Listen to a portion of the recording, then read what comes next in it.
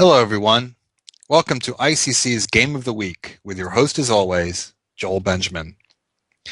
With 6.5 out of 7 start from the gate, Hou Yifan easily topped the Women's Grand Prix in Rostov-on-Don. After losing to Katerina Lano in round 9, Hou coasted in with 2 draws at the end, and she still took first by a full point. Such was the enormous pace that she had set from the beginning. Now, this week we will spotlight Hou Yifan's win over a very tough Armenian competitor, Alina Danielian. Hou used an opening wrinkle to get a nice position. Later, the threat turned out to be stronger than the execution when Hou coaxed a blunder from her opponent on move 19 and then reeled in the point without difficulty. So let's see this teenage star in action. Now, to me, this it was kind of an interesting opening. Caro-Kann fantasy variation. And over the last few years, this has become quite a legitimate weapon for white. It's a favorite of a lot of the young Russian players, like principally Nepomniachtchi and also Arty Timofeyev. And it's becoming increasingly a more important line as basically the grandmasters feel that it's very hard to give black any problems in the main line of the Caro-Kann after knight c3, which, you know, when I was growing up, that was played almost automatically. And now players are looking at the sidelines a lot more. And I would have to say that the advanced variation has really become the main line. But this fantasy variation is considered quite serious now. Now, after f3, the most popular move these days seems to be queen to b6. Now, I remember when I decided to take up the fantasy variation in U.S. Chess League a couple of years ago against Georgi Kashishvili, I was very surprised by this move, but since then it's been played in a lot of Grandmaster games at the very highest levels. But Danielian did not go for that here. She played another variation, which is favored by many players. D takes e4 and e5, hitting right at the center. Now, first obvious point is that d takes e5 would be a huge mistake. Queen h4 check, very embarrassing. But white is going to play instead knight f3. And we have the position actually has some things in common a little bit with the king's gambit, white having that f-file to use. And so here e takes d4 is really not recommended because at the bishop c4, white is getting a lot of pressure and very, very risky to play. Not many people would enjoy that. So here, bishop g4 is the main move. I remember that when I was a kid, I was thinking that bishop e6 was played most often, but nowadays they decide to try to put more pressure on the center with bishop to g4. And now Hou Yifan plays an interesting move, which we don't see very often, and that's c3. Now, in most other games, white has almost invariably just played bishop c4 without thinking too much about it. The bishop is very aggressively posted, pointing at f7, and we see tactical justifications, move like knight f6 runs into bishop f7, followed by knight takes e5 and knight takes g4, and white is off to a very, very good start. Black would not play knight f6. Black would play knight d7, would eventually succeed in getting castled. And then later on, after castling, after black castles, white might at some moment think, well, the bishop isn't so great on c4. I might prefer having it defend my pawn on e4 and leave the c4 square for my knight. So Hou Yifan plays in a different manner with c3. Now, this is a logical move to begin with, just supporting the center. A useful move for white to play. White almost always needs to play this at some point anyway, and it keeps some options open regarding the bishop. Now, first of all, various greedy moves for black probably aren't going to cut it. For instance, bishop takes f3, bishop c4, a lot of attack down on f7. This seems like it's a foolish way for black to play. Also, if e takes d4 right away, now I think bishop c4 is also going to be a little problematic for black. Now, I'd have thought that maybe knight f6 would be good here to hit that pawn on e4, but I think now maybe white can play bishop c4, and if knight d7, we see the virtue of the c3 move, queen b3 with a sneak attack on f7, and black is not really in great position to defend that.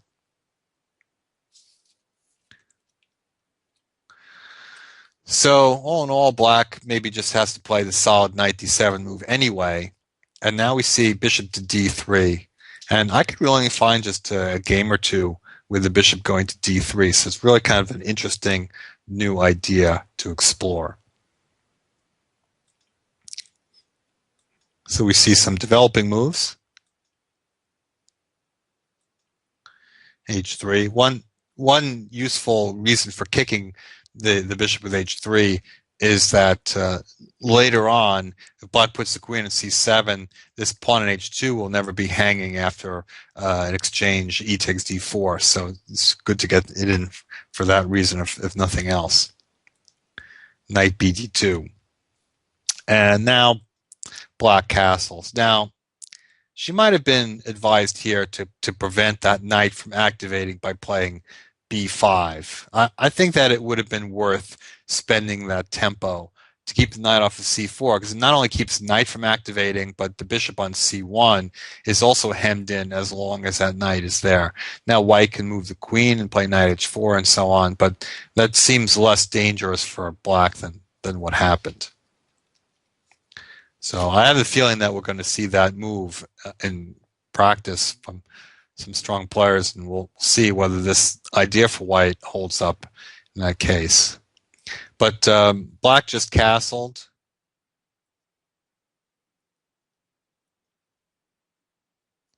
And now queen c2. So Hou Yifan starts by getting the queen away, so the knight on f3 is now unpinned and free to move. Not just to be able to move that knight to h4, but if white would start right away with bishop g5, black might just put the question to it with h6. Remember this, because this knight is still pinned. Can't jump in and take on e5, and if g4, the bishop can go back to g6 and hits this pawn on e4. Note that d takes e5, there's always a bishop c5 check, so white's not going to win a piece like that. So queen c2 is a very useful move for a lot of reasons, not only unpins, but also gives some protection to the e4 pawn. Now bishop g6 was played. Here the bishop covers the king, patrols the f5 square, which the knight wants to come to, and pressures the e4 pawn. It all sounds very good. But after white's next move, black has great difficulty retaining a strong point on e5. So that was a square that maybe black should have been a little bit more concerned about. So the bishop might actually be more useful swapping for the knight on f3.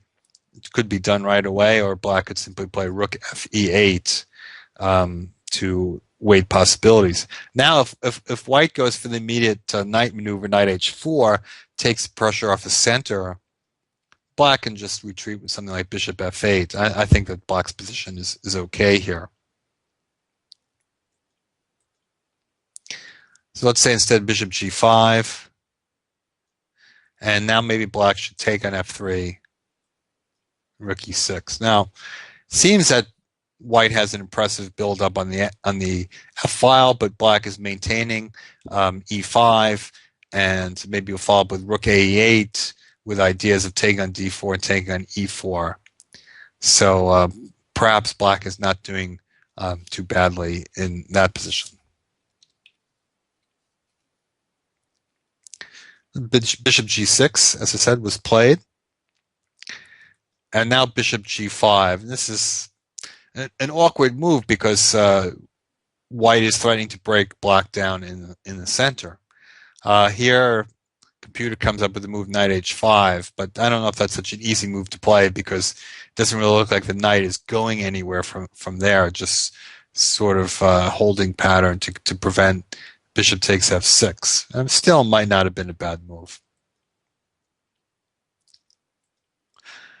So Ian played rook fe8, and now after bishop takes f6, she has to take with the pawn, because if knight takes, white can just take on e5 in many different ways. Could even take the bishop first, and knight takes e5, and black will either play down really a pawn for nothing or sacrifice rook takes e5, but then black is down in exchange and will really have to grovel.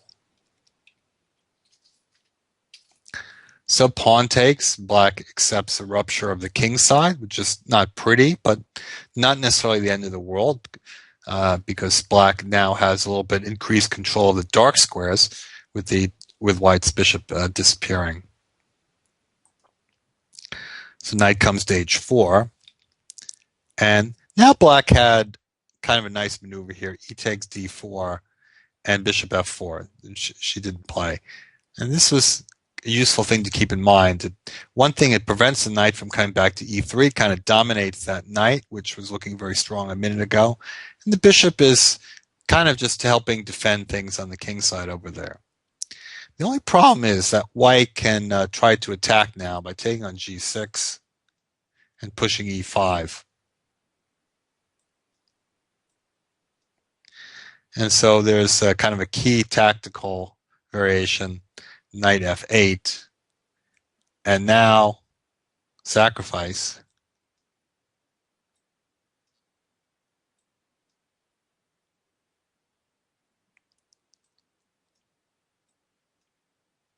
Queen d5, black has to stand the diagonal to avoid queen b3 check, winning the bishop. But at this point, white can play rook f5. It looks like white has very good compensation for the piece, with pretty strong attack. The black king is very exposed, so probably this starts to work out nicely for white. So although that maneuver looks very logical for black, maybe there's just too much of a tactical problem.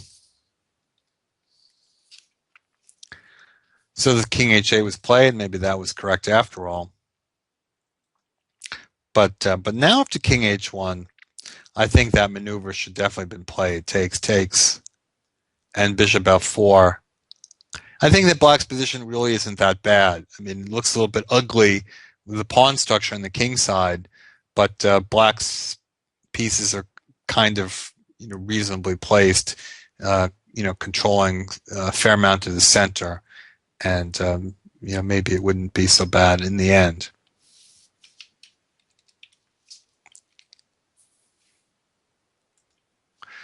But rook g8, well, I mean, sort of a routine move, covering the king side.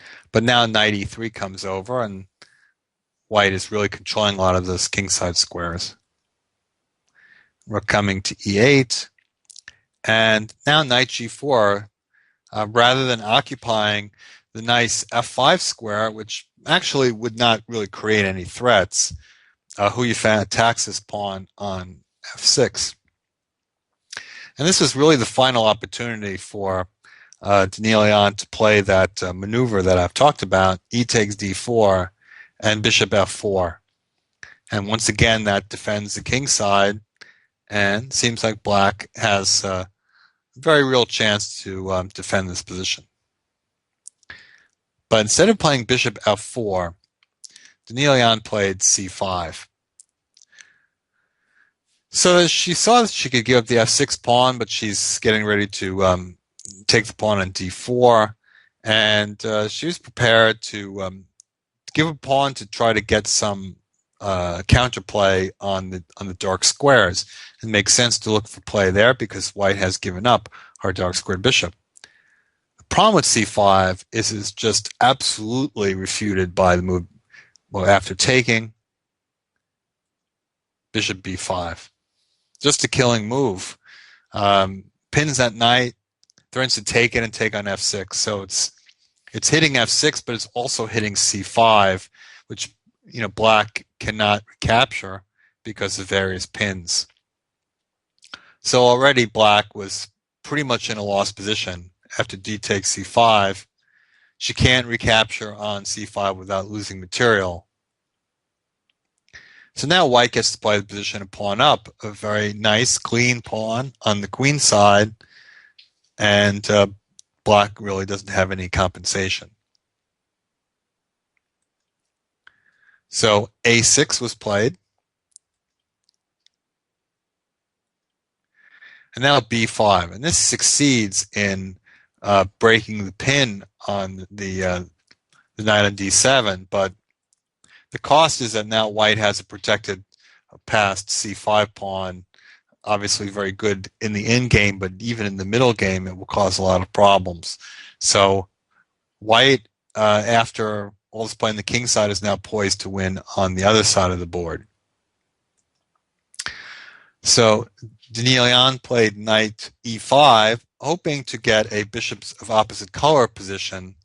Of course, bishops opposite colors are a drawish factor in the end game, and which we're not too far from getting to. And also, if there's an exchange on e5, if black were, let's say, to take with the queen, there would at least be this idea of bishop d8 and bishop c7. If black could actually organize that, then she could take the initiative. And that's also another kind of important rule about bishops of colors positions, is the side that gets that the presence of the bishops opposite colors will favor the side with the initiative, because if you get to attack on your color complex, it's much harder for your opponent to defend because they do not have that kind of bishop. But I think it's fairly obvious for white to keep some pieces on with knight e3, knight coming to d5. Black still has to organize the position. But the knight went to c6, attacked the pawn on b4, and queen e5, and black has some ideas of bishop d8 to c7. But the problem is that the queen side is very near collapse after this move a4. There just isn't really any good way to prop it up much longer.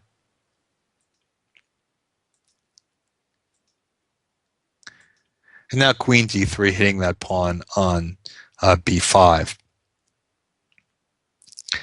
Now, queen takes e4 was played. I think that this wasn't the best decision because now white gets the connected passed pawns right away, and that looks like big trouble.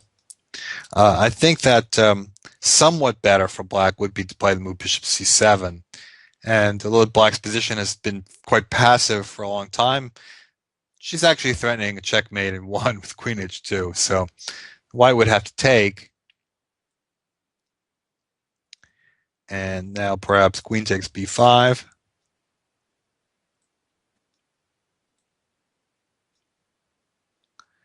Something like this. It seems that white is well poised to win the endgame with an extra pawn, but certainly black has much more of a chance to resist here than in the game.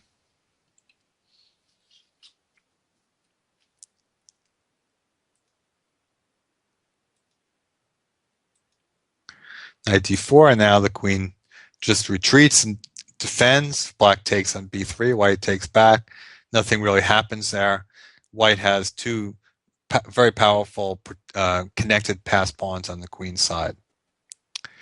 Well, here black could have tried to resist in various ways, could have lasted longer. Very often the player goes down the tubes faster because they're really desperate to create some kind of counterplay that might change the game and not just endure. The move rook e5 actually looks to be somewhat of a blunder. And here Hou Yifan had a chance, I think, to really end the game a lot faster with the move rook f4. Perhaps counterintuitive in some ways, leaving the back rank. But everything's guarded, and as best I could see, black has to take on d5 and give in exchange, and that looks utterly hopeless.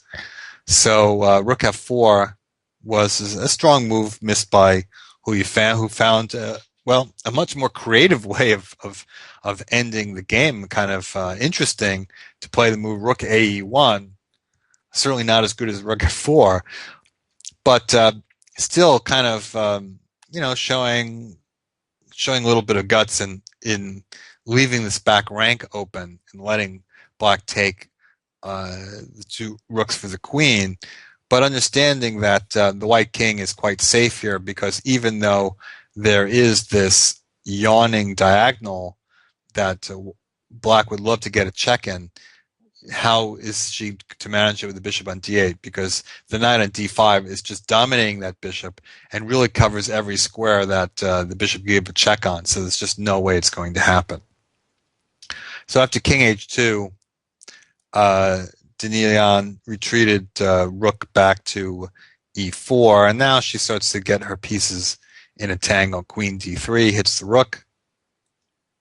f5 secures the rook, but now this diagonal is wide open, a1, h8, and black can't simply step off of it because the a2, g8 diagonal is wide open too. So bishop f4 was played, just kind of hoping that this sneak attack back here will do something. But now an aesthetic retreat, queen a1. The queen is just radiating all over the board. Shows how the queen can be a very strong piece in some cases. Rook on e4 is attacked. Knight on d4 still pinned. If the rook moves anywhere off of the fourth rank, the knight drops. But also problem is if the rook moves anywhere off the e-file, then the bishop on e1 drops. Very possibly, Ian was very short of time before that last move, dropping the bishop. But after that, it was certainly clear there's no point in continuing. So this was, I think, the fifth of the 6 wins, early wins that Hou Yifan had to start the tournament. And I think that after you build up a steam like that, not only can a player become very confident, but I think that also can kind of make an impression on the opponents as well. And sometimes they don't play at their best. Credit to Katerina Lano that she was able to suck it up and defeat Hou Yifan, actually make it a little bit interesting at the end, as Hou Yifan had to hold her off in the last few rounds just to make sure that she'd win the tournament. But Hou Yifan with a very clean victory in this women's Grand Prix, and still really the main question is to see how she's going to continue to fare playing against the top male competition. In her last batch of tournaments, she has struggled a bit. She's been rated higher than 25-75. She dropped down a bit, but would have been interesting to actually see her try to win the World Junior among the young male grandmasters in that event. But the 2 tournaments were going on at the same time, unfortunately. Okay. There you have it. I'm Joel Benjamin. As always, it's a pleasure to bring the show to you. I hope that everyone enjoyed that game, and I hope that you'll join me next time on ICC's Game of the Week.